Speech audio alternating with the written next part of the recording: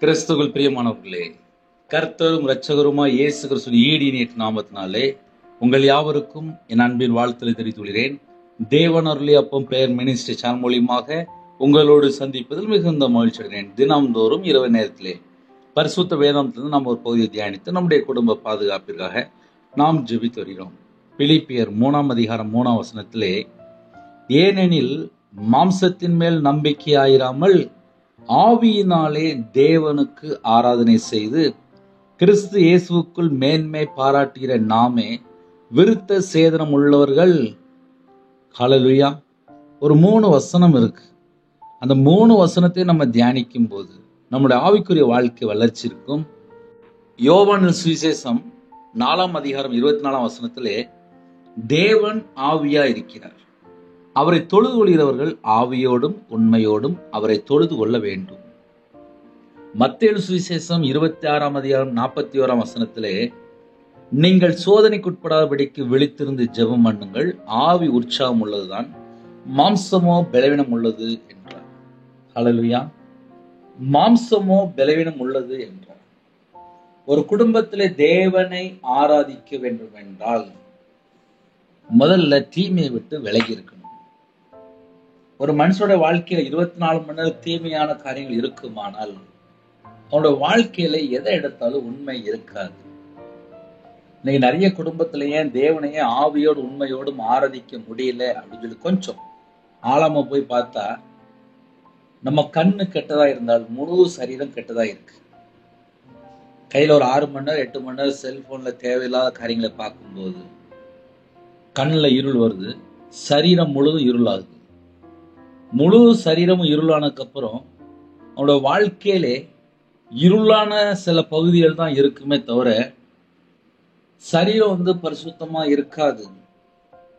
ஒரு குடும்பத்துல சரீரம் பரிசுத்தமா இருக்குமானால் அதுவே புத்தியுள்ள ஆராதனை என்று எழுதப்பட்டிருக்கு.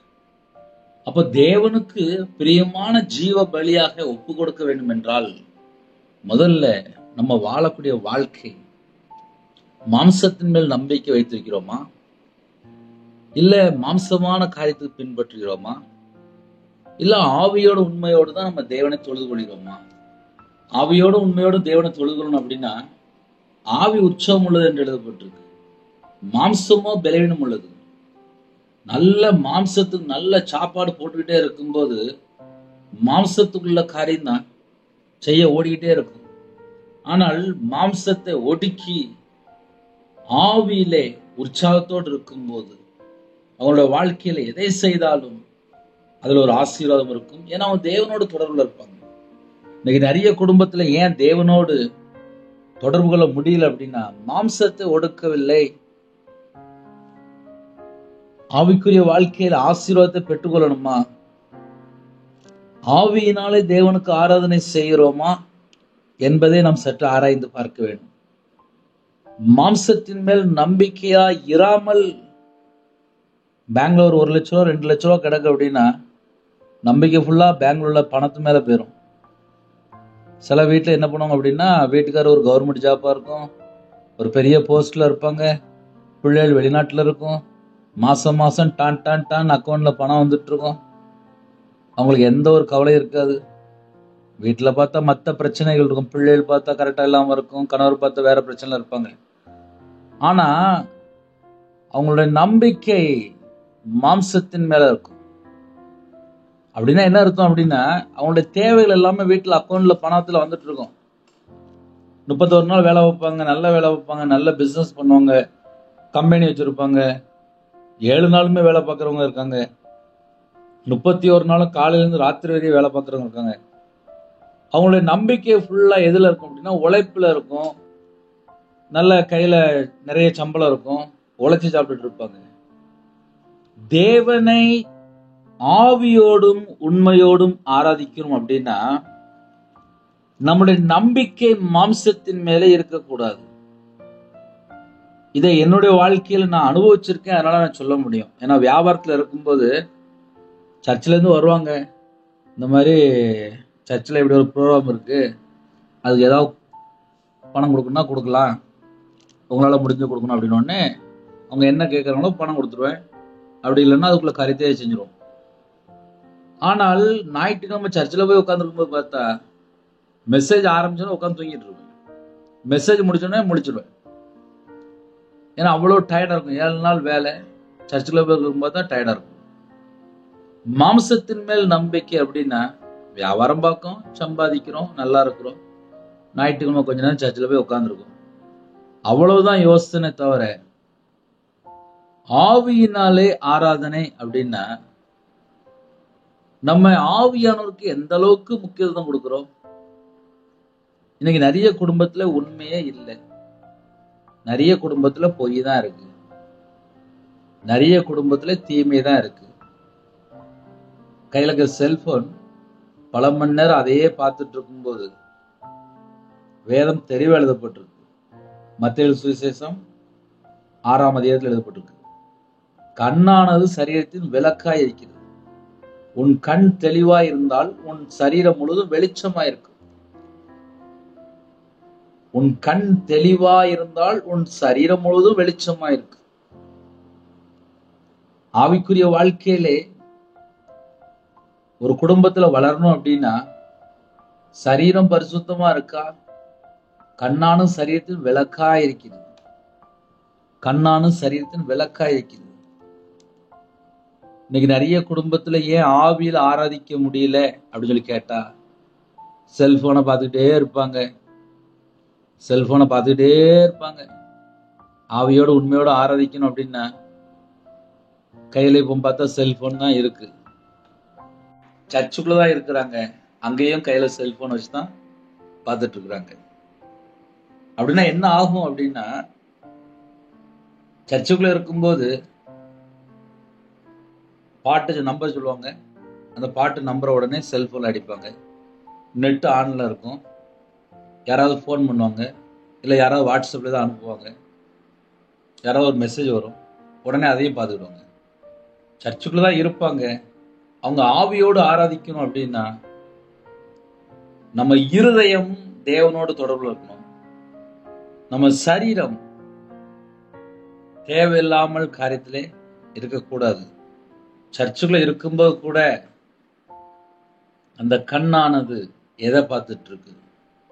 சர்ச்சுக்குள்ள இருக்கும்போது கண்ணு எதை பார்த்துட்டு இருக்கு? கண்ணானது சரீரத்தின் விளக்காக இருக்கிறது. சர்ச்சுக்குள்ள உட்கார்ந்து இருக்கும்போது கூட செல்போன்ல தேவையில்லாம போன் பேசுறது, வாட்ஸ்அப்ல போய் பார்க்கறது, ஃபேஸ்புக்கை போய் பார்க்கறது, சர்ச்சுக்குள்ள இருக்கும்போதே இன்னைக்கு அந்த அளவுக்கு துணிகரம்லாம் வந்துட்டு கண்ணானது சரீரத்தின் விளக்காக இருக்கிறது. அப்ப சர்ச்சுக்குள்ள இருக்கும்போது கூட அவங்களுக்கு ஏதாவது ஒரு காரியம் இருக்கு அப்படின்னா உடனே பார்த்துட்டு இருப்பாங்க. உன் கண் தெளிவா இருந்தால் உன் சரீரம் முழுவதும் வெளிச்சமா இருக்கும். உன் சரீரம் முழுவதும் வெளிச்சமா இருக்கும். எப்போ அப்படின்னா கண் தெளிவா இருந்தால். நம்ம கண்ணுனாலே எதெல்லாம் பார்க்கிறோமோ அதுதான் சரீரத்தை ஃபுல்லா இருளாக்குது. நம்ம எல்லாருமே வெளிச்சத்தின் பிள்ளைகள் என்று வேதம் சொல்லுது. வெளிச்சத்தின் பிள்ளைகள் என்றாலே வேதத்தை அதிகமா தியானிக்கிற பிள்ளைகளா இருக்கணும், வாழ்க்கை வெளிச்சமா இருக்கணும். அப்படின்னா அவரை நோக்கி பார்த்தவர்கள் பிரகாசம் அடைந்தார்கள். இயேசு கிறிஸ்துவை நோக்கி பார்த்தால் பிரகாசம். 8 மணி நேரம் செல்போன்ல மூழ்கி கிடந்தா வாழ்க்கை ஃபுல்லா இருளா இருக்கும், கண் இருளா இருக்கும், சரீரம் இருளா இருக்கும். பாவத்துக்கு சரீரத்தை வித்து போட்டிருப்பாங்க, இருதயம் ஃபுல்லா தீமையினால நிரம்பி இருக்கும், சிந்தனைக்குள்ள தீமையான எண்ணங்கள், காதல கேட்கிற சத்தங்கள், இதெல்லாம் தீமைக்குள்ள போய் முடிஞ்சிடும். அப்ப ஆவிக்குரிய வாழ்க்கையில ஒரு மனுஷனுடைய நிலைமை எப்படி இருக்கு? மாம்சத்தின் மேல் நம்பிக்கையாயிராமல், நம்பிக்கை மாம்சத்தின் மேல இருக்கும்போது, சரீரத்தின் மேல நம்பிக்கை இருக்கும்போது அவங்க தேவனை எப்படி ஆவியோடு உண்மையோடு தொழுது கொள்ள முடியும்? ஞாயிற்றுக்கிழமை காலையில போய் கறி வாங்கிடுவாங்க, வாங்கி வச்சுட்டு ஃப்ரிட்ஜில் வச்சுட்டு சர்ச்சுக்கு போயிடுவாங்க. சர்ச்சு சர்வீஸ் நடந்துட்டு இருக்கும்போது பாஸ்டர் ஒரு 1/2 மணி நேரம் லேட் ஆகிடுவாரு. உடனே அப்பவுமே முடிவு பண்ணிடுவாங்க, சீக்கிரமா முடிக்க மாட்டேங்காது, வீட்டில் போய் சமையல் பண்ணி சாப்பிட வேண்டாமா அப்படின்னு சொல்லி சிந்தனை ஃபுல்லா வீடை பத்தி தான் இருக்கும். ஏன்னா வீட்டில் போய் அன்னைக்கு தான் கறி குழம்பு வச்சு சாப்பிடணும். அப்போ மைண்ட் செட்டிங் ஃபுல்லா என்ன இருக்கும் அப்படின்னா மாம்சத்தின் மேல, சரீரத்துக்கு எப்படியாவது. ஆமா, இப்ப கடைசி காலத்துல ஆவியோடு உண்மையோடும் அப்படின்னா தேவனுடைய சமூகத்துல போனதுக்கு அப்புறம் எப்படி இருக்கிறோம் என்பதை சற்று ஆராய்ந்து பார்க்கணும். மகிழ்ச்சியோடும் கர்த்தருக்கு ஆராதனை செய்து எழுதப்பட்டிருக்கு. இன்னைக்கு சர்ச்சுக்குள்ள போய் உட்கார்ந்துட்டு நிறைய குடும்பத்துல முறுமுறுக்கிறாங்க, மகிழ்ச்சியை காணோம். நிறைய குடும்பத்துல என்ன காணும் அப்படின்னா மகிழ்ச்சியை காணும். சர்ச்சுக்குள்ள போய் உட்காந்து யார்கிட்ட சண்டை போடலாம், சர்ச்சுக்குள்ள போய் உட்காந்து முறுமுறுப்பு, அப்படியே பாஸ்டரை பார்ப்பாங்க, அப்படியே கொஞ்சம் முறுமுறுப்பாங்க. இதெல்லாம் சர்ச்சுக்குள்ள தான் நடக்கும். லூக்கா 2:37 84 வயது உள்ள விதவை தேவாலயத்தை விட்டு நீங்காமல் இரவும் பகலும் உபவாசித்து ஜெபம் பண்ணி ஆராதனை செய்து கொண்டிருந்தாள் என்று எழுதப்பட்டிருக்கு.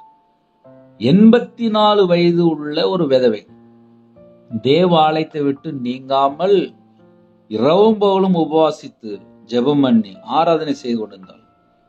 அப்போ ஆவிக்குரிய வாழ்க்கையில ஒரு குடும்பத்திலே ஆசீர்வாதத்தை பெற்றுக்கொள்ளணும் அப்படின்னா இரவும் போலும் உபவாசித்து ஜெபம் பண்ணி தேவனுடைய ஆலயத்தை விட்டு பிரியாமல் நீங்காமல் ஆராதனை செய்து கொண்ட ஒரு 84 வயசுள்ள விதவை. அப்ப கர்த்தருடைய பிள்ளைகள் ஆலயத்துக்கு எந்த அளவுக்கு நம்ம முக்கியத்துவம் கொடுக்கிறோமோ அந்த அளவுக்கு நம்முடைய குடும்பங்கள் ஆசீர்வதிக்கப்படும். அப்ப இரவு நேரத்துல செய்தி என்ன அப்படின்னா, தேவன் ஆவியா இருக்கிறார், அவரை தொழுது கொள்கிறவர்கள் யாவரும் எல்லாரும் ஆவியோடும் உண்மையோடும் அவரை தொழுது கொள்ள வேண்டும். நம்ம மரத்துக்கும் கல்லுக்கும் ஆராதனை செய்ய போகலை. பழைய ஏற்பாட்டுல பார்க்கும்போது அந்நிய தேவர்களை தங்கள் நடுவிலிருந்து விலக்கி விட்டு கர்த்தருக்கு ஆராதனை செய்தார்கள் என்று எழுதப்பட்டிருக்கு. அந்நிய தேவர்களை தங்கள் நடுவிலிருந்து விலக்கி விட்டு கர்த்தருக்கு ஆராதனை செய்தார்கள். இன்னைக்கு நிறைய குடும்பத்துல என்ன நடக்கும் அப்படின்னா, மாம்சத்திலே ஆராதனை, மாம்சத்தின் மேல நம்பிக்கை, கர்த்தரை விட்டு தள்ளி போற எத்தனையோ காரியங்கள். கர்த்தருடைய பிள்ளைகள் தேவனை ஆராதிக்க வேண்டும் என்றால் ஒரு மனம் இருக்கணும், தீமையை விட்டு விலகி இருக்கணும், கர்த்தருக்கு பயந்து அவரை ஆராதனை செய்ய வேண்டும். இன்னைக்கு ஆலயத்துக்குள்ளே கர்த்தரை குறித்து ஒரு பயம் இல்லை. அது ஒரு வேதனையான காரியம். நிறைய குடும்பத்துல சர்ச்சைக்கு போறாங்க, ஆலயத்துக்குள்ள மகிழ்ச்சி இல்ல. எப்படி இல்லை அப்படின்னா, ஆலயத்துக்குள்ள இருப்போம், செல்போன் கையில எடுத்து பார்த்துட்டு இருப்பாங்க. அங்க மெசேஜ் ஓடிட்டு இருக்கோம், இவங்க பார்த்தா செல்போன் ஏதோ எடுத்து பார்த்துட்டு இருப்பாங்க. செல்போன்ல யாரோ கூப்பிடுவோம், உடனே வெளியே எஞ்சி போயிடுவாங்க. இப்ப அப்படிப்பட்ட காலமா இருக்கு. மாம்சத்தின் மேல் நம்பிக்கையா இராமல், மாம்சத்தின் மேல எங்கெல்லாம் நம்பிக்கையா இருக்கிறாங்களோ அவங்களுடைய வாழ்க்கையில ஆவிக்குரிய ஆசீர்வாதம் எப்படி பெற்றுக்கொள்ள முடியும்? மாம்சத்தின் மேல் நம்பிக்கையா இராமல் ஆவியினாலே தேவனுக்கு ஆராதனை செய்து, ஆவியினாலே தேவனுக்கு ஆராதனை செய்தால் அந்த குடும்பம் ஆசீர்வாதங்களை கண்டிப்பா பெற்றுக்கொள்ளும். கிறிஸ்து இயேசுக்குள் மேன்மை பாராட்டுகிற நாமே விருத்த சேதனம் உள்ளவர்கள். கிறிஸ்து இயேசுக்குள் மேன்மை பாராட்டுகிற நாமே ஆவியினாலே தேவனுக்கு ஆராதனை செய்தால் மட்டும்தான் நம்ம கிறிஸ்து இயேசுக்குள் மேன்மை பாராட்ட முடியும். இன்னைக்கு கிறிஸ்து இயேசுக்குள் ஏன் மேன்மை பாராட்ட முடியல அப்படின்னா, அங்க மாம்சத்தின் மேல நம்பிக்கையா இருப்பாங்க, சொந்த பலன் சுய பலன் மேல நம்பிக்கையா இருப்பாங்க, மாம்சத்தின் மேல நம்பிக்கையா இருப்பாங்க. நான் தான் இதை செஞ்சேன், நான் தான் சர்ச்சுக்கு 1 லட்சம் ரூபாய் கொடுத்தேன், நான் தான் சர்ச்சுக்கு 50,000 கொடுத்தேன், நான் தான் சர்ச்சில் டிவி வாங்கி வச்சேன் அப்படின்னு சொல்லி இந்த நம்பிக்கையில போயிட்டு இருப்பாங்க. தேவன் எனக்கு கொடுத்தது, தேவன் தான் இந்த பணத்தை கொடுத்தாரு, தேவன் தான் என்னை உயர்த்தினார், தேவன் தான் எல்லாமே அப்படின்னு சொல்லி தேவன் மேல யாரெல்லாம் நம்பிக்கையா இருக்கிறாங்களோ அவங்களுடைய அந்த ஆவிக்குரிய வளர்ச்சி வேற மாதிரி இருக்கும். ஆவியினாலே தேவனுக்கு ஆராதனை செய்யும். சர்ச்சுக்குள்ள இருக்கும்போது ஆராதனை செய்யும் போது கண்களை மூடு அப்படின்னு சொல்லி அங்க மேய்ப்பன் சொல்லும் போது சில குடும்பத்துல கண்ணை மூடாம அப்படியே இருப்பாங்க. ஏன் அப்படின்னா அவங்க வேற ஏதாவது மாம்சத்துல ஏதாவது யோசிச்சுட்டு இருப்பாங்க, குடும்பத்துக்குள்ள ஏதாவது ஒரு காரியத்தை யோசிச்சுட்டு இருப்பாங்க. சர்ச்சுக்குள்ள சில இடத்துல ஒரு மனம் இல்லை. கர்த்தருடைய நாமத்தை தொழுது கொண்டு ஒருமனப்பட்டு அவருக்கு ஆராதனை செய்து என்று எழுதப்பட்டிருக்கு. தேவனை ஆராதிக்கிற இடத்துல ஒரு மனம் இருக்கா? மகிழ்ச்சியோடு நம்ம கர்த்தருக்கு ஆராதனை செய்யறோமா? கர்த்தர் ஒருவருக்கே நம்ம ஆராதனை செய்யறோமா? கர்த்தருக்கு பயந்தவருக்கு ஆராதனை செய்கிறோமா? நம்ம அப்படி கொஞ்சம் யோசித்து பார்க்கணும். பக்தியோடு நம்ம ஆராதிக்கிறோமா? இன்னைக்கு நிறைய குடும்பத்திலே தேவ பக்தியே இல்ல. தேவ பக்தியே நிறைய குடும்பத்துல இல்ல. சர்ச்சுக்குள்ள இருக்கும்போது வேஷம் போட்டு உட்கார்ந்துருக்காங்க. நல்லவன் போல, நான் தான் நல்லவன், இதெல்லாம் சர்ச்சுக்குள்ள நடக்குது.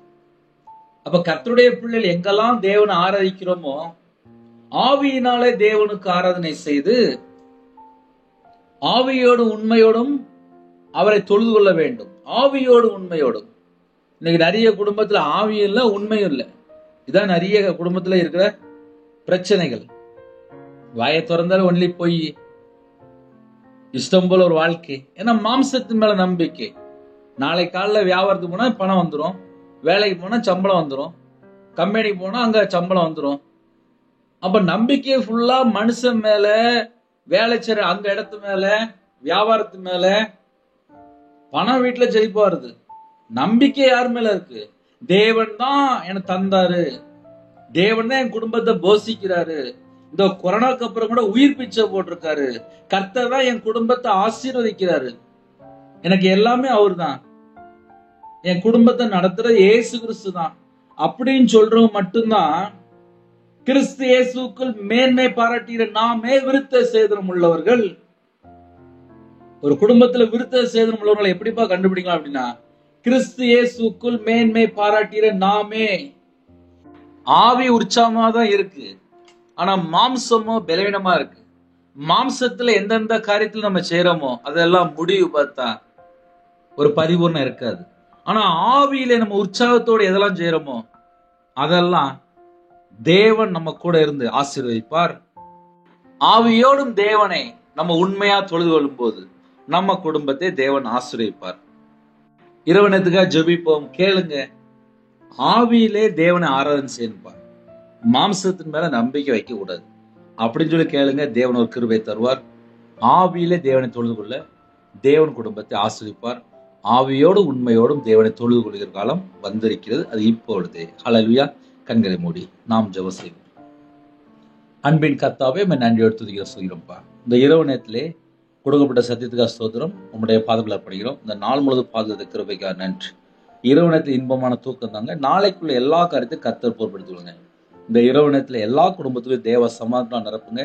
எங்க இதயத்துக்குள்ள பிதா குமாரன் பரிசுத்தாவியும் தங்கியிருக்க வேண்டும். எங்க வீடு முழுவதும் இயேசு கிறிஸ்து ரத்தம் நிலைப்பட்டும். நைட் ஷிப்ட்ல இருக்க எல்லா குடும்பத்தையும் கர்த்தர் கரம்பட்டு ஆசீர்வதிங்க, பாதுகாத்துக் கொள்ளுங்க.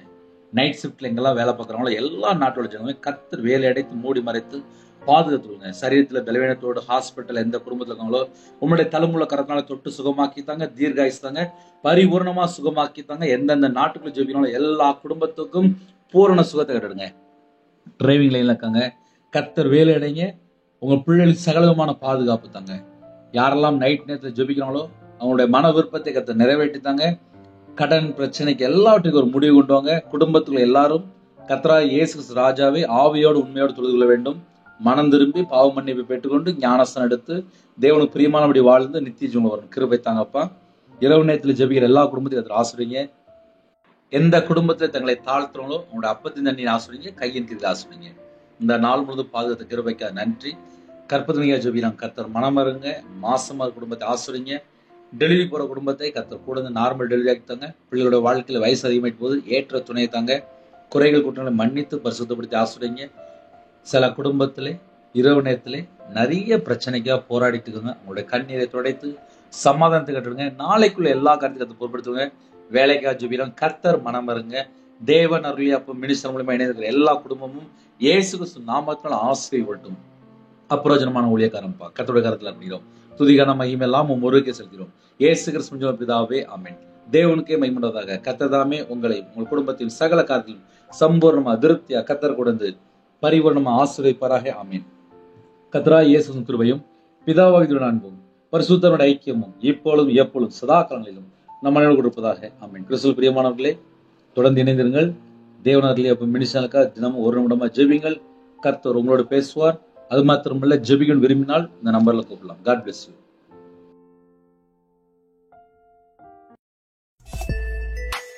Thanks for watching. Please subscribe our channel. Click the like and share. Click the bell. God bless you.